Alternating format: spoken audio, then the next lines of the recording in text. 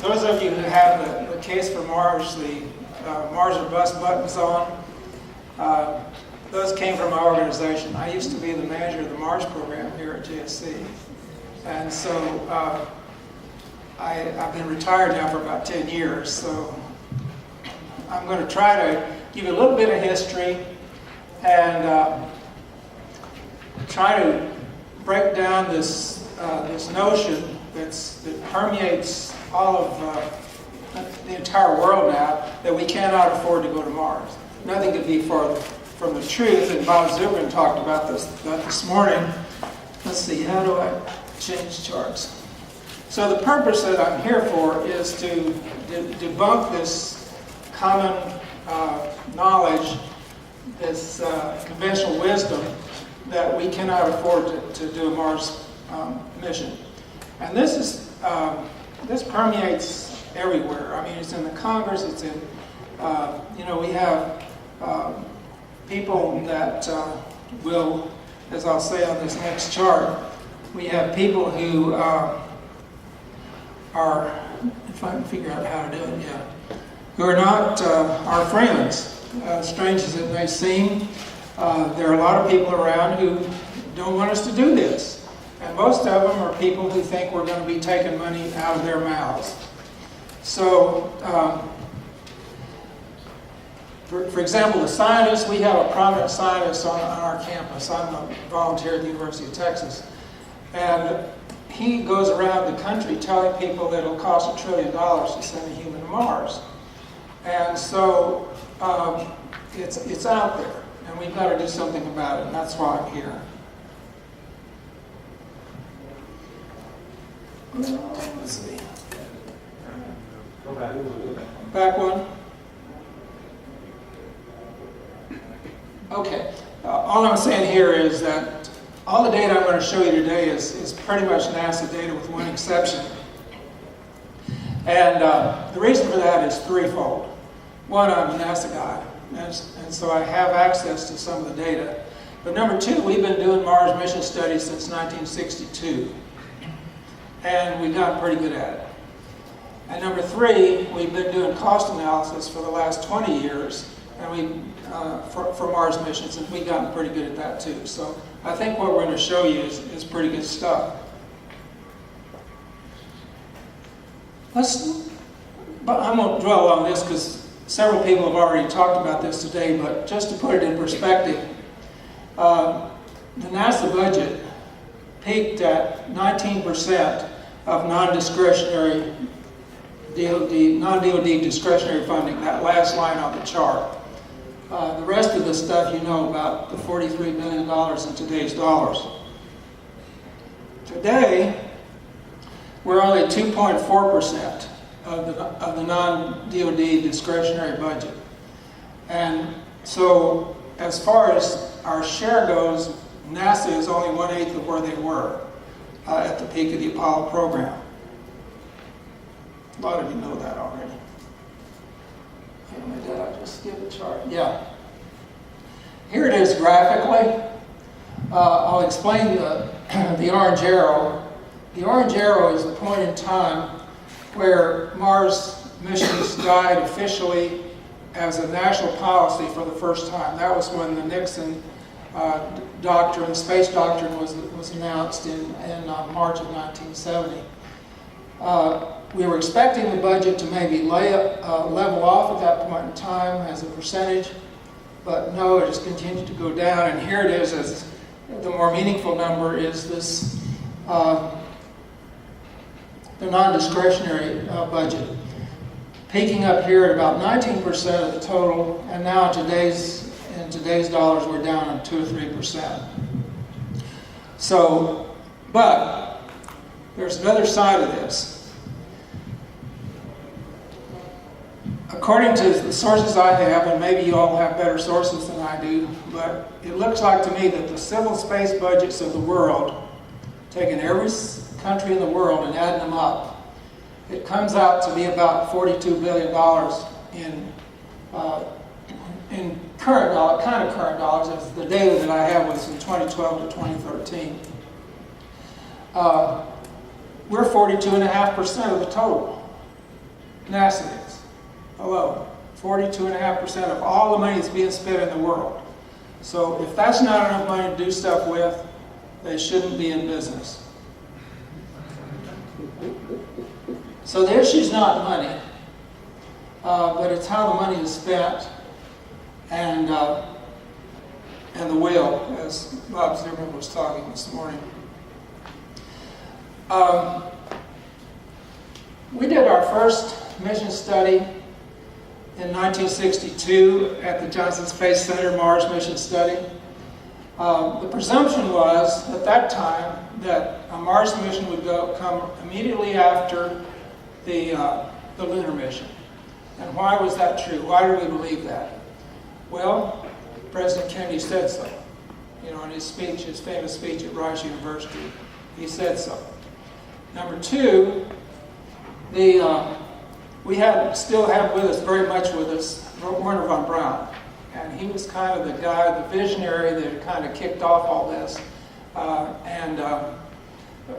He had created this culture in the agency, which among some of us still persists today. So it had become a part of the culture that we would someday send people to Mars. And that culture is still around, despite programs that we've had, the Space Station and the Space Lab and the Skylab and all those. What I'm going to show you, the story here starts in 1969 with the Nixon administration, because that's when the serious costing really started. Then after a 20-year hiatus, it was resumed again under Bush 41. And so I'm going to give you 4 snapshots in time, 69, 89, 93, and 98, to show the trends in Mars budgets and costs.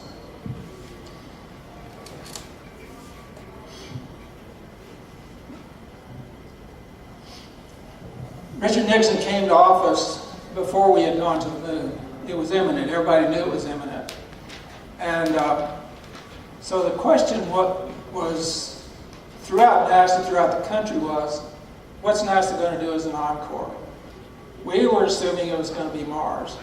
But the administration that was just coming in wanted to know what the options were.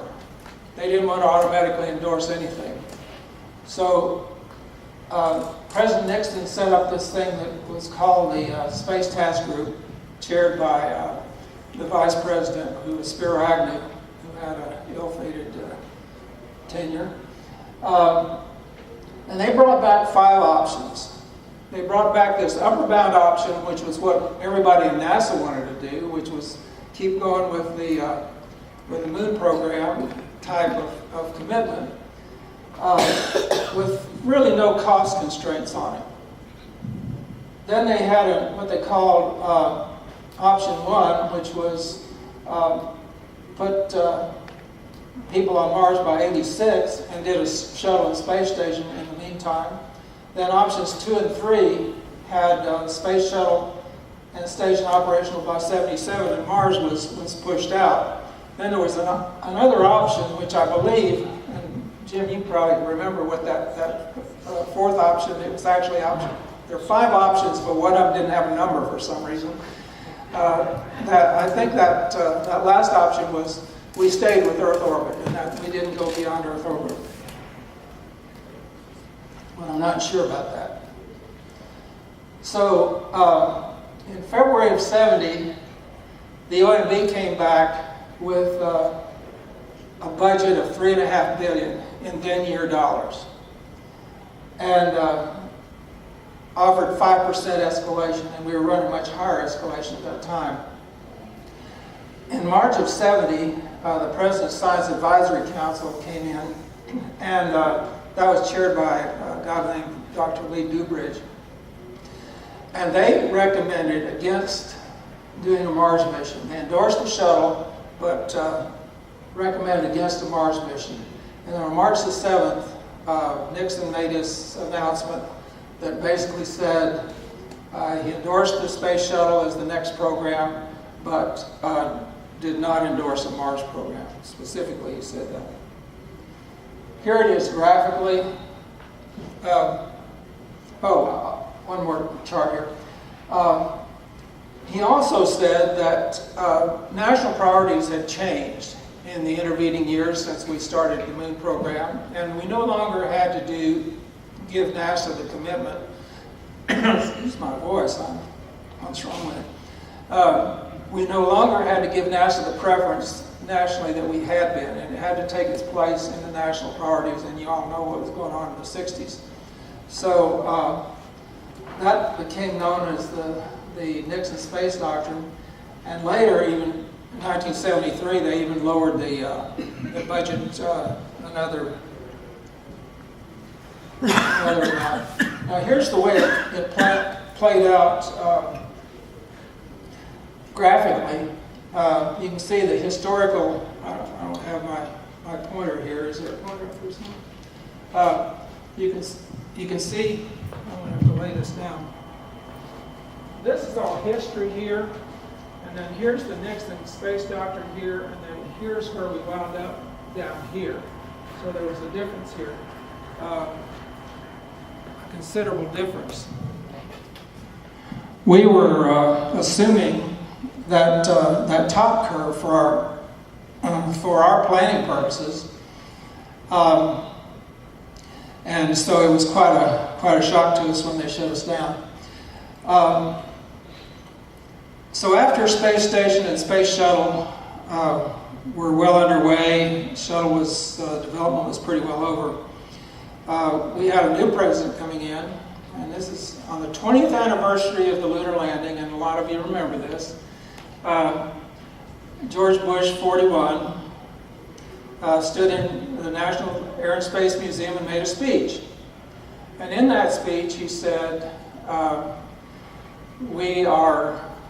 I want to commit this nation to go back to the moon, this time to stay, and then on to Mars.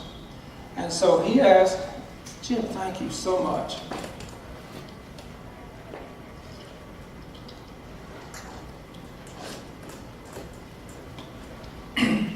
I hope that helps. Maybe it will. Thank you.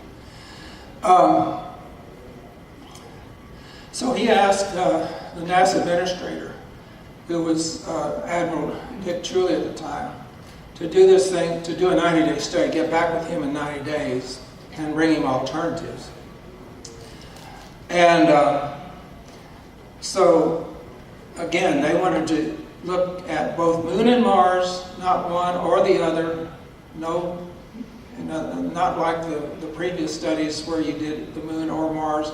This was all to be done, Moon and Mars together. So all these costs that I'm going to show you, it's interesting the environment at the time was that since this was the President's program, that cost was not, this wasn't my opinion, but this was the opinion of the NASA hierarchy that don't worry about cost, it'll cost what it'll cost.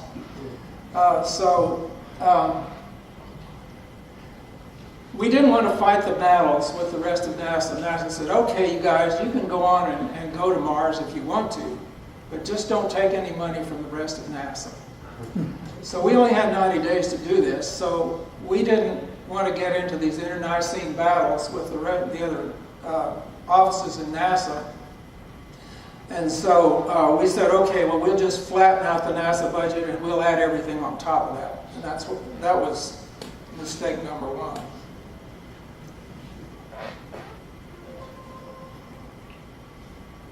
At that same time, we were being criticized by the OMB and Congress for overrunning all of our initial estimates. And somebody came up with a number of 55%, that we'd always overrun by 55%. So we said, okay, cost is no object. I didn't say that. We'll just raise all our numbers by 55%. We looked at 5 approaches. All approaches were Moon and Mars combined. Rather than go through all 5 of them, I'll just do 2 of them with you. This is just saying we used parametric cost models which were developed at Marshall Space Flight Center and at the Johnson Space Center. We had some detailed estimates that came from the Cape for things like operations. This is an actual chart from the study report showing the phases, the robotic phases, and the emplacement, as we call it. In other words, the first outpost on the Moon and the first outpost on Mars, and then the consolidation where you start building infrastructure, and then the operation phase where you use that infrastructure to do exploration. Come on. Okay, so here are another page from the study report that you can see approach A on the left, approach E on the right. And you can see basically approach E over here on the right has a lot of blanks on it. So basically what we did is eliminate a lot of these features that were in approach A. In fact, I have word summaries of both of them. A was a kind of a balance between content and rate of deployment that had humans on the Moon by 2001 and permanent occupancy by 2002. Both of the options had humans on Mars by 2016, interesting date, and had the first 600-day Mars mission in 2018. Approach E was similar, except it gutted the Moon program, took out all the extended Moon operations, and extended the Mars stay long-term missions by 9 years, and limited the infrastructure. And so those were the main differences in those two. And here were the cost numbers. I still can't show you the official cost numbers because they ordered all these copies burned. And even though I'm retired, I don't want to mess with the people over there because they can get you. No, that's a comment I shouldn't have made.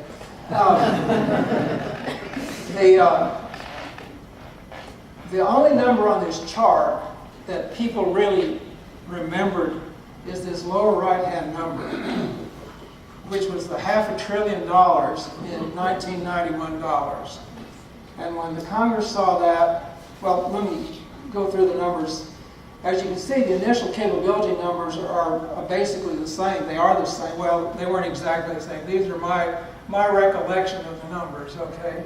And so they're rounded off, but approximately the same. And then the emplacement and operations numbers were less for the Moon in approach E because of the things we took out of the Moon program. So the differences were between 540 and 480. But again, the only number on the chart that anybody really remembered was that lower right-hand number. So these are the graphs from the chart. You can see approach A here peaking at about 35 billion. First humans on Mars by 2016. Here's this black area under here is this area I was telling you about, which said we're just going to add everything onto the NASA program. And here's the approach E. You can see how everything slid to the right a little bit. And the peak was about the same, and the first Mars landing was the same year, 2016.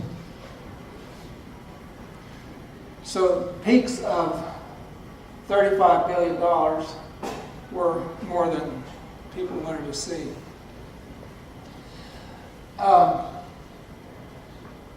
The good things, there were a lot of good things about this 90-day study. The first good thing was we put together the first team of people in NASA that had been assembled for a long time, maybe ever, to look just at Moon and Mars programs. The second good thing about it was that it established a baseline for future studies. And by the way, that team that we put together there is still it's had some personnel changes, but it's still basically working on the same thing over at Johnson Space Center right now.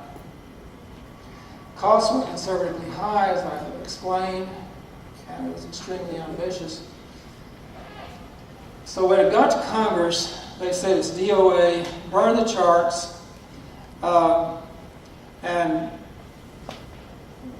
just the opposite happened from what we thought was going to happen. Instead of kicking off a Mars program, it killed the Mars program for quite a while to come.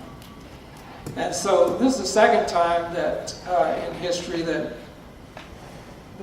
a human Mars program from the United States was officially canceled. So let's go on to 93 now, and I'm going to have to pick up the pace here a little bit. These things continued on, these studies continued on with that team I just mentioned, and in 1993 they put out some numbers that were not widely published, but I did get a copy of them, that were ranged between 85 and 115 billion, which compared to the $91 is 80 to 108.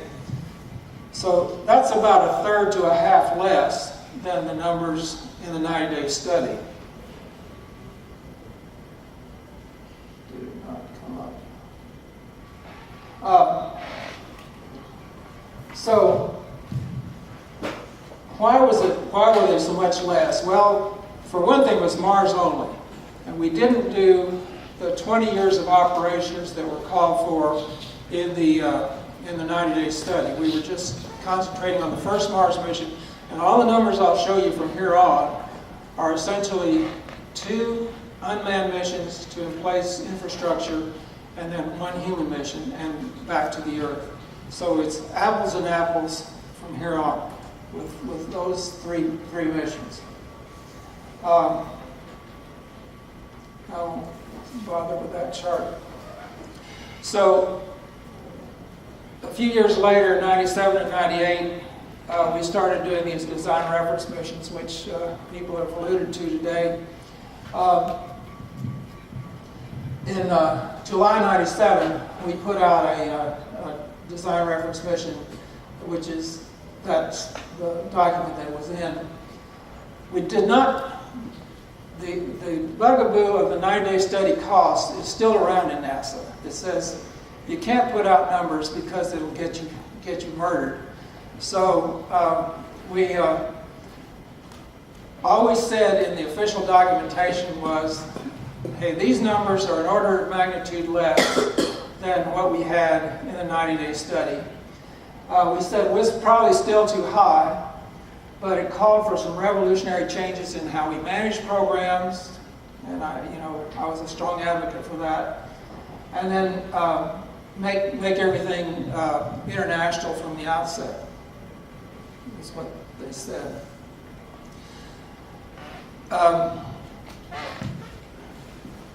So the next year we did another one, DRM 3.0.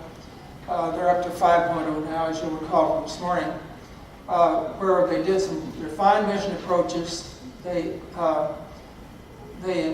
inserted this ISRU concepts for the first time, and so it brought numbers down extensively. Again, they did not publish numbers, but I'm going to show you some approximate numbers in a little bit. These were the 8 approaches that we studied. They differ from each other really by the propulsion systems, the power systems, and how we entered Mars. So again, 2 cargo flights and 1 human round-trip flight. The estimates, the cost numbers ranged in $98 from 17 to 19 billion. And all the alternatives were in that same range.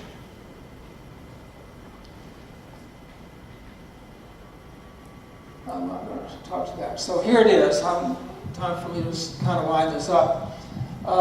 Here are the trends of the cost. This is the 90-day study. Again, these are the 2 cargo flights and 1 human flight in every case. It's apples and apples. You can see whereas, and these are all in $91, 160 billion roughly in 89, down to about 10 or 12 billion, whatever that previous number was, is converted to $98 in 1998. And here it is. Here it is in graphical form, and this is converted to 2014 dollars, today's dollars. The question mark is that I know NASA is still over there doing these numbers, and I've talked to the people and tried to get them to release some numbers for me to present today, but again, it's the old 90-day steady bugaboo. They will not talk cost numbers with you. And so, the little dot there was a study that was done at the same time in '91 that used lunar oxygen to get to Mars. It was done by Hans Markens and people up at the University of Texas. So that's the trend, and you know, it's coming way down. So what's happened? Costing horizon I've talked to, reserves I've talked to. We had better cost methods, so we didn't have to have 55% reserves anymore. But also, here's the big deal. And this is the chart that is available in NASA. The original 90-day study at the 1.0 point were rejected. We realize now that Mars has an atmosphere. Dr. Zubrin and others were telling us, hey, use the Mars atmosphere. So all of a sudden, the masses went hugely down. We also find water on Mars, so what if we use, and that's this new DRM that they have, if we use water for propellants and drinking, it comes down even farther. And then finally, this thing about the marketplace, we have the SpaceX's of the world and everybody bringing us lower cost launch vehicles. So the launch costs are not going to be, and we're going to have SLS, which won't be charged to this. Hopefully we'll have SLS, or some, depending where you sit in this debate, it's a good thing or a bad thing, depending on who you talk to. So here's the red line here is what we proposed in 1989, which peaked at about $12 billion in today's dollars. Today's NASA budget is $11 billion, so it peaked a little higher than the total NASA budget is today. However, the green line is the current NASA budget. If you go back to the chart that I just showed you and where the costs are today, the blue line is, and Dr. Zubrin talked to this morning, that you can generate $50 billion in the first 10 years, and that's plenty. So that's my conclusion from that.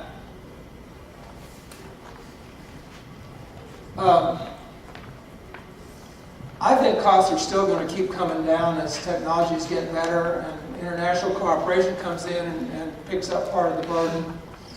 I'm going to say that a very robust Mars program could be done for a third or less of the NASA budget today for about a decade. So here's the current NASA plan with Earth orbit missions, and then using the moon and asteroids as a proving ground, and then the return to going back to Mars. But I'm going to tell you something. NASA's nobody's ever going to fly an asteroid mission. It's just not going to happen. So this is my punchline, and this is why I'm here today. We're not talking costs enough. You know, this conventional wisdom of Mars is too expensive will persist forever if we don't get out there and challenge it. And it's like people like us are the ones that are going to have to do it. I'm going to keep rattling NASA's chain. NASA's got to start releasing cost numbers.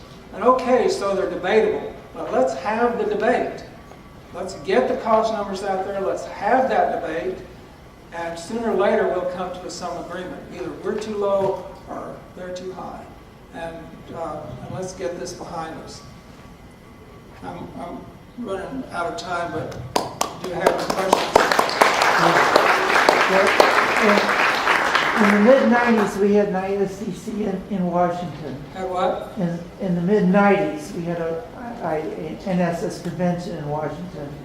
And we had a session where a White House staffer told us that the NASA management used the high cost numbers of the 90-day study as a deliberate way to kill the Mars program and continue to do the programs they were doing, because the White House repeatedly asked them what they were going to be giving to the media. And the people at NASA, not you guys, but the people at NASA, the top guys, refused to give the White House anything until they gave it to the media. And as soon as they gave it to the media, that was the end. And so the 90-day study didn't do anything wrong. The NASA people at the top were the ones who used it as a kill switch. I think that's false. I'll tell you for sure that's false. Well, that's the White House staffer told us the opposite. I think that's totally false. And of course, the White House has always been 100% accurate. And Yes, honest. Well, here's the thing, I mean, the other thing you're pointing out with the presentation is for $12 billion, you turn around and can generate twice that ultimately in the feeder system of any time the space program is really active. Yeah, the economic multipliers is what you're talking about. Yes, Right, right. absolutely. In fact, we were told at one time by the economists that we were 14 to 1. That's a beautiful number. Manufacturing, 71. One more question. One more question. Yes, sir.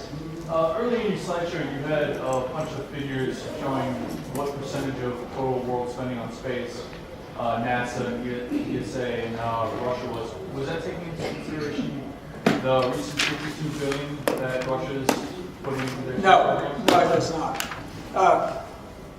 But the recent $52 billion that Russia's putting in is spread out over time. It's not all at once. Do you know over what time frame that is? I don't know. Okay, thanks very much. Thank you very much. Apologize.